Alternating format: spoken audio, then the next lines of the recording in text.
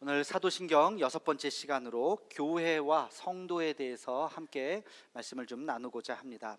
여러분, 이 사도신경을 처음 기록할 당시로 다시 한번 상상을 하면서 돌아가 보시면 이제 몇몇 교회 지도자들이 모여서 우리 신앙 고백서를 한번 만들어 보자 해서 이제 만들었을 겁니다. 제일 먼저 하나님에 대한 신앙 고백이 들어가야 되겠죠.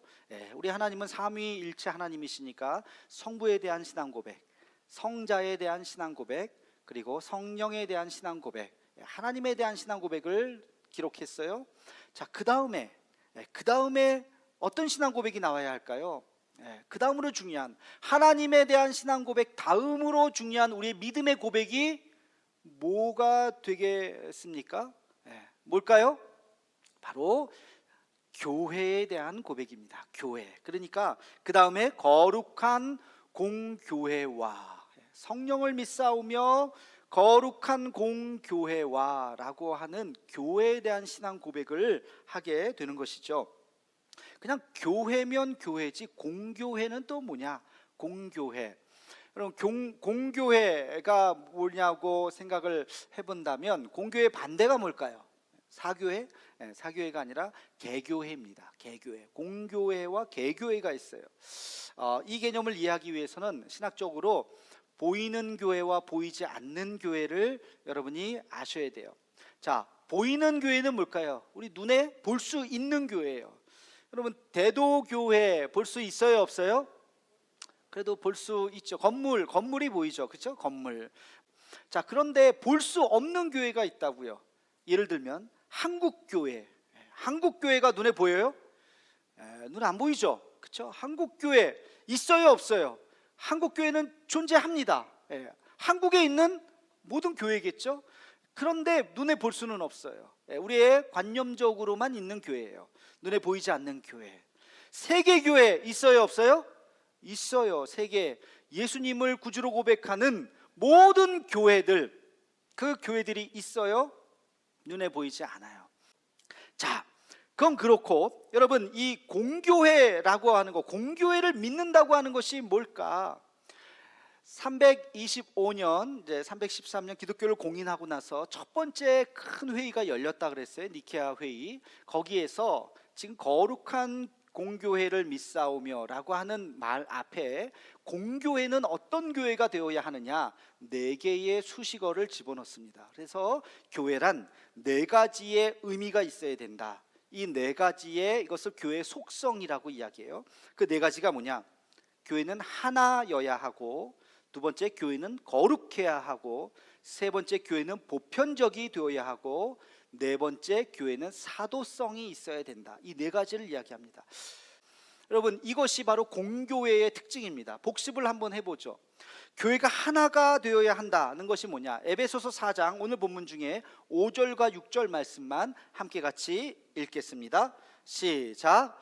주도 한 분이시요 믿음도 하나요 세례도 하나요 하나님도 한 분이시니 곧 만유의 아버지시라. 만유 위에 계시고 만유를 통일하시고 만유 가운데 계시도다. 아멘.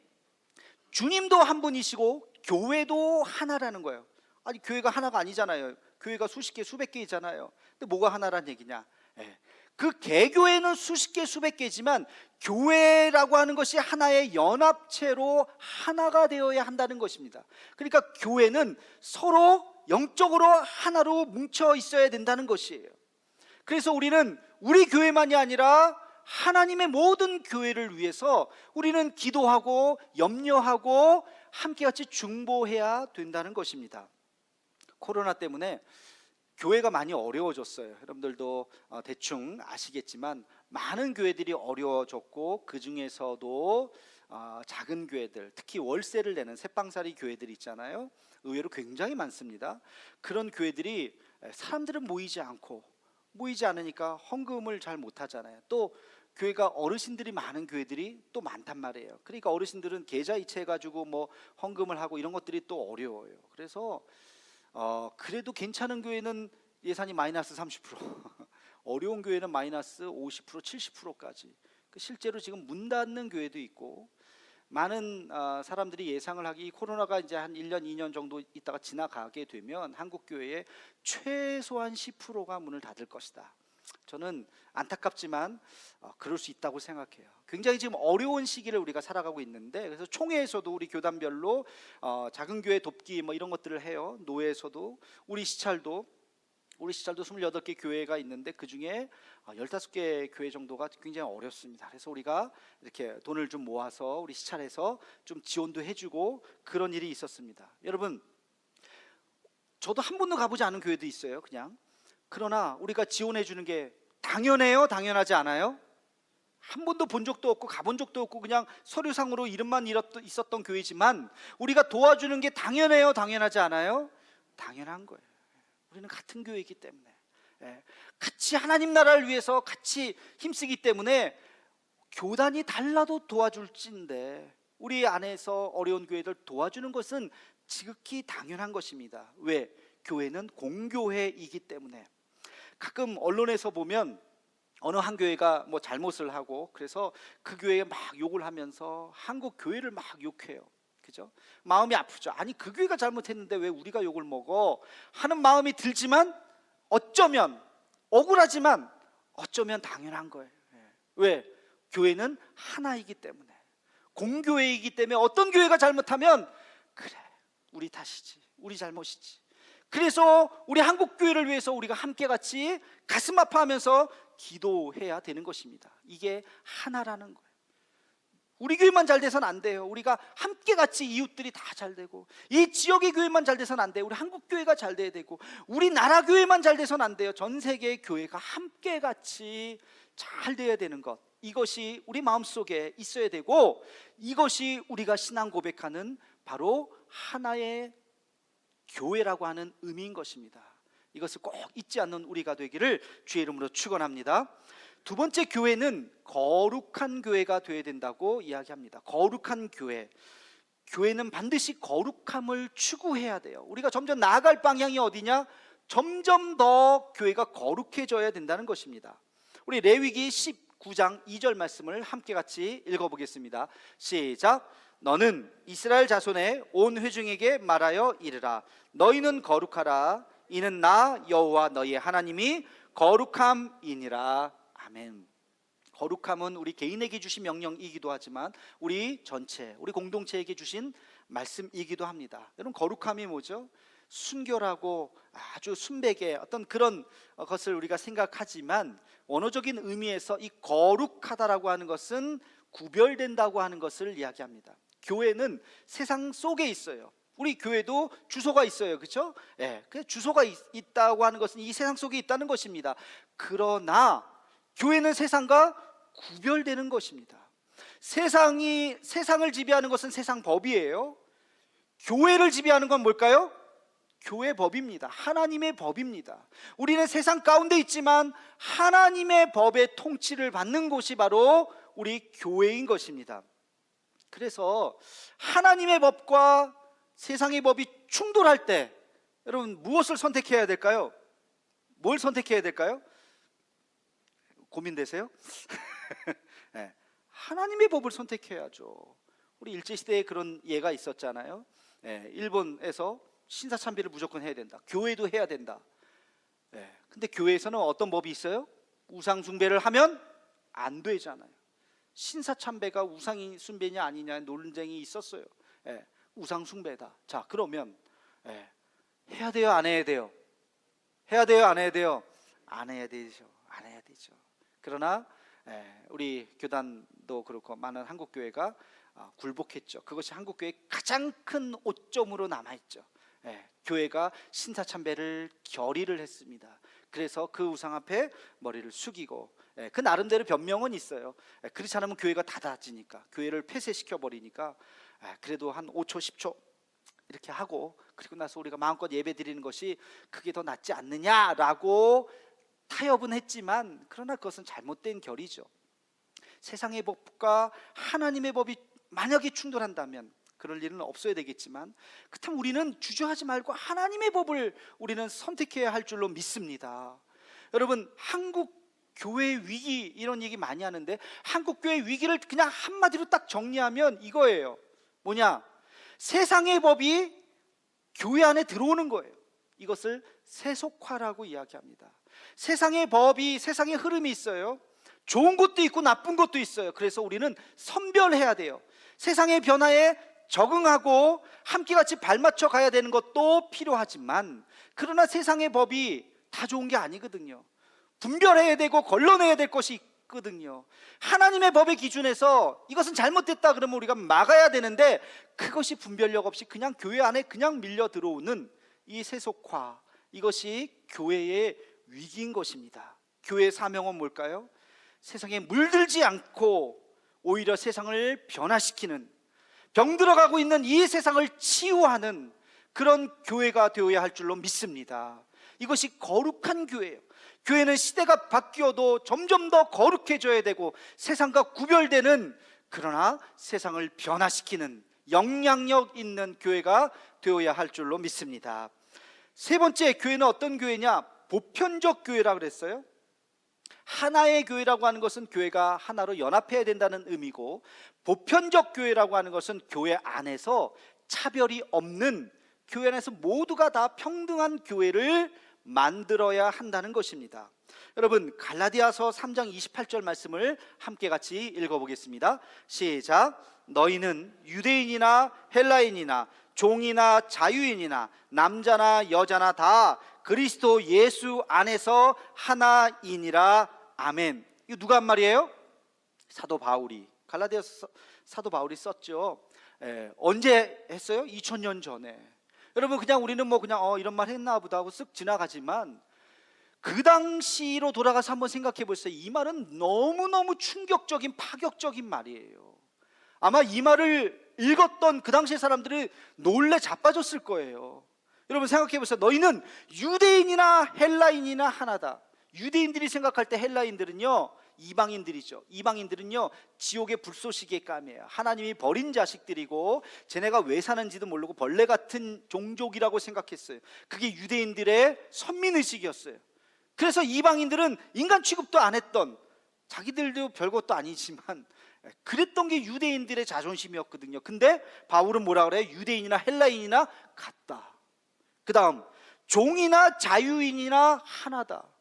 여러분, 노예하고 주인하고 어떻게 같아요? 같을 수가 없잖아요. 그 당시에 노예들은 짐승 취급했잖아요. 근데 노예이나 주인이나 똑같다. 지금 바울이 이런 이야기를 하고 있습니다. 그 다음, 남자나 여자나 다 같다. 여성분들에게 굉장히 죄송스러운 말이지만 그 당시 2000년 전에 여성들에 대해서 굉장히 비하했잖아요. 숫자를 세지도 않았잖아요. 그러니까 근데 그 여성과 남성이 같다라고 이야기하는 이 갈라디아서의 이 말씀은 너무나도 충격적인, 파격적인 말이라고요. 여러분, 교회 안에서는 누구든지, 바울이 생각할 땐 예수님 안에서 그 어떤 차별도 있어서는 안 된다. 여러분, 이 말을 우리 현대적인 의미로 조금 한번 해석을 해볼까요? 유대인이나 헬라인이나, 이것은 인종차별에 대한 이야기입니다. 인종차별이 없어야 된다는 거예요. 그러나 지금 인종차별이 있어요, 없어요? 있잖아요. 미국에서 난리 났죠. 미국부터 시작해갖고 전 세계가 지금 인종차별의 문제 때문에 한국인들도 외국에서 유색인종이라고 차별당하고 가끔 그런 폭력을 당하고 이런 일들이 벌어지죠. 이런 나쁜 서양 사람들, 그게 그들만의 문제인가요? 아니요. 한국에선 그런 일 없나요? 우리도 있잖아요. 우리도 동남아시아 사람들 그냥 여권 뺏고 때리고 월급 안 주고 그런 사람들 한국 사람들 중에도 있잖아요. 우리도 인종차별 하고 있는 거 아닙니까? 그래서 안 된다는 거예요. 여러분, 종이나 자유인이나, 여러분, 이것은 신분의 차이를 이야기합니다. 지금 이 시대는 신분이 다 폐지됐어요, 그죠? 뭐 태어날 때부터 무슨 신분, 무슨 뭐 그런 걸로 태어난 신분제는 없어졌습니다만, 눈에 보이지 않는 신분이 있는 것처럼 살아가고 있어요. 돈 많은 사람, 가진 자, 안 가진 자, 학력, 또 지역, 또 외모, 이런 것들이 눈에 보이지 않는 신분처럼 A급, B급, C급 이런 것들이 혹시 우리 마음속에 있지는 않습니까? 이게 신분이라는 거예요. 그럼 그래서는 안 된다는 겁니다. 남자나 여자나 이것은 태생의 차이예요. 태어날 때부터 여자로 태어나고 싶어서, 남자로 태어나고 싶어서 태어난 사람은 어디 있어요? 태어나 보니까 남자고 태어나 보니까 여자잖아요. 태어나 보니까 장애인인데 어떻게 하라고요? 근데 왜 차별을 합니까? 그래서는 안 된다는 거예요. 그 어떤 차별도 인종의 차이나 신분의 차이나 태생의 차이가 교회 안에서는, 세상은 뭐 그렇다 치고 교회 안에서는 절대 그런 것들이 있어서는 안 된다는 것입니다. 여기에 우리가 조금 더 보태면 지역의 차이, 이념의 차이, 어떤 이념을 가졌던지 간에, 어떤 정치적인 소신을 가졌던지 간에 상관없다는 거예요. 교회 안에서는 빈부의 차이, 이런 모든 차이가 교회 안에서는 없어야 된다.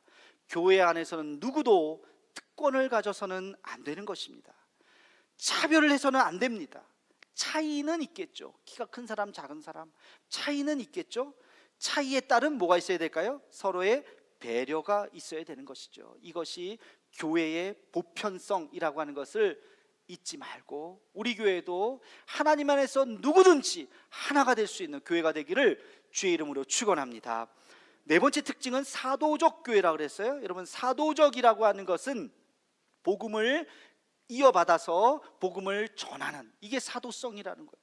우리 교회도 복음을 이어받아서 만들어진 교회잖아요. 그리고 이 복음을 땅끝까지 전해야 되는 이 사도적 사명이 우리에게 있는 것입니다. 에베소서 2장 20절 말씀을 함께 같이 읽겠습니다. 시작. 너희는 사도들과 선지자들의 터 위에 세우심을 입은 자라. 그리스도 예수께서 친히 모퉁이 돌이 되셨느니라. 아멘. 사도들과 선지자들의 터 위에 세우심을 받았다. 그 터는 순교의 터예요. 사도들과 선지자들의 그 순교의 터 위에 우리가 교회라고 하는 것이 세워졌다는 것입니다.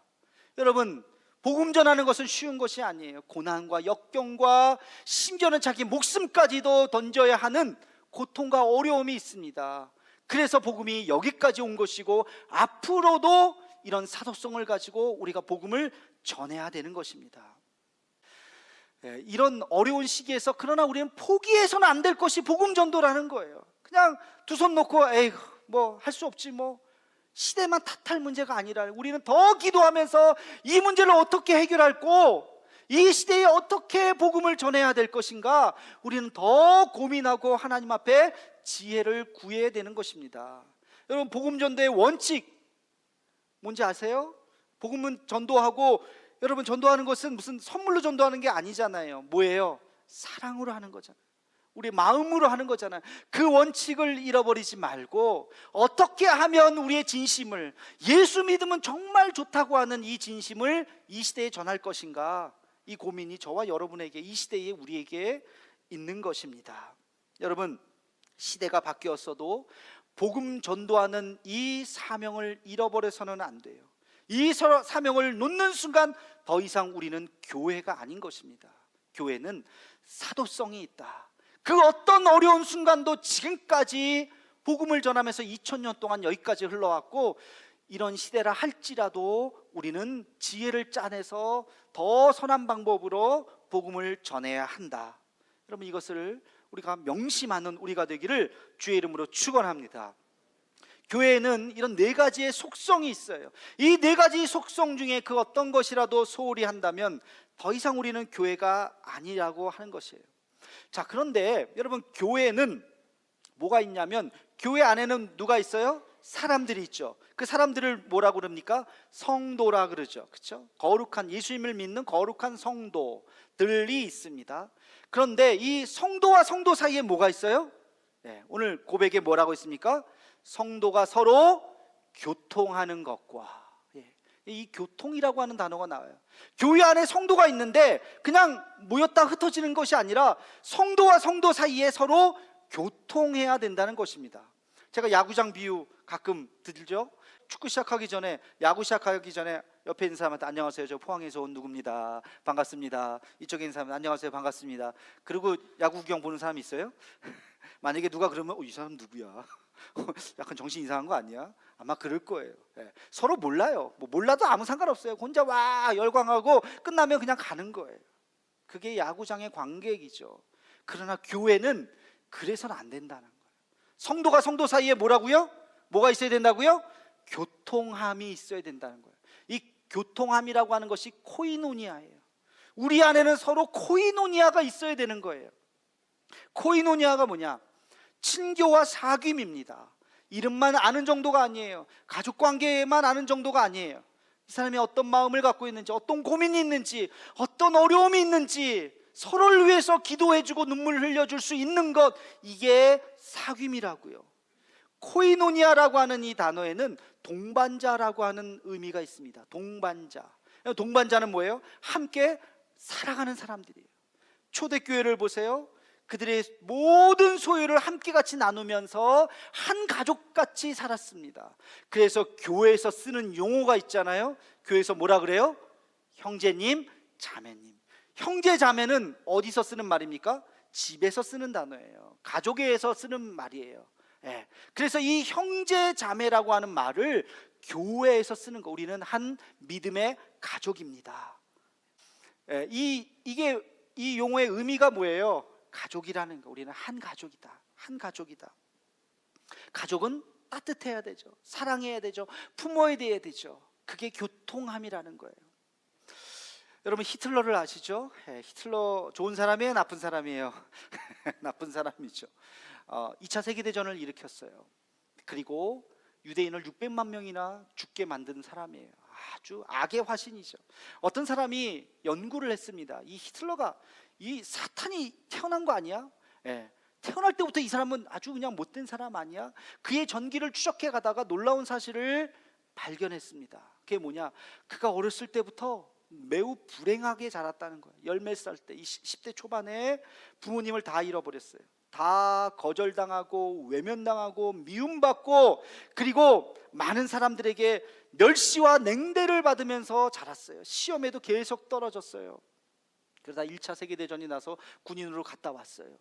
그리고 어떤 사람들이 독일에 대해서 막 이제 욕을 하는 모습을 보고, 아니야, 독일 그렇게 나쁜 사람, 나쁜 집단이 아니다라고 하는 것을 막 얘기하니까 자기의 장점을 발견했어요. 그게 뭐냐? 연설이에요. 히틀러가 연설을 그렇게 잘했대요. 연설을 하면 사람들이 막 눈물을 흘릴 정도로 연설에 아주 그냥 달인이었다는. 그래서 그가 점점 정당에 들어가서 인기를 얻어서 뭐 마지막에 최고의 지도자까지 올라와서 2차 세계대전을 일으킨 거죠. 근데 그의 전기의 작가가 그 사람을 보면서 하는 말이, 히틀러라고 하는 인물은 태어난 게 아니다. 악마로 태어난 게 아니라 사회적으로 그렇게 만들어진 것이다. 그 사회에 대한 불평, 불만, 외면, 내가 언젠가 이 사회를 내가 뒤집어 놓으리라 하는 그 사회적인 미움이 그를 악의 화신으로 만들게 되었던 것입니다. 여러분, 교회는 예수님의 사랑으로 변화되고 변화받고 세상을 변화시키는 그런 장소인 줄로 믿습니다. 여러분, 요한복음 13장 35절 말씀 우리 함께 같이 읽겠습니다. 시작. 너희가 서로 사랑하면 이로써 모든 사람이 너희가 내 제자인 줄 알리라. 아멘. 너희가 서로 어떻게 할 때? 사랑할 때 내 제자인 줄 알리라. 여러분, 교회는 서로 사랑할 때 세상 사람들이, 저기 교회네, 저기 진짜 교회네. 여러분, 사랑만이 교회를 교회되게 하는 것입니다. 서로 따뜻한 격려와 수고의 헌신과, 그리고 손을 잡아줄 수 있는, 함께 같이 눈물을 흘려줄 수 있는, 그것이 진정한 교회인 줄로 믿습니다.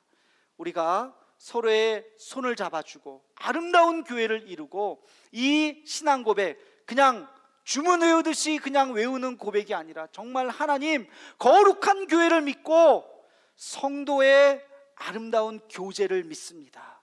하나님 그냥 왔다 갔다 하는, 마당만 밟고 예배만 1시간만 왔다 갔다 하는 것이 아니라 함께 같이 아름다운 믿음의 코이노니아를 만드는 우리가 되게 해 주옵소서. 이것이 우리의 기도가 되기를 주의 이름으로 축원합니다.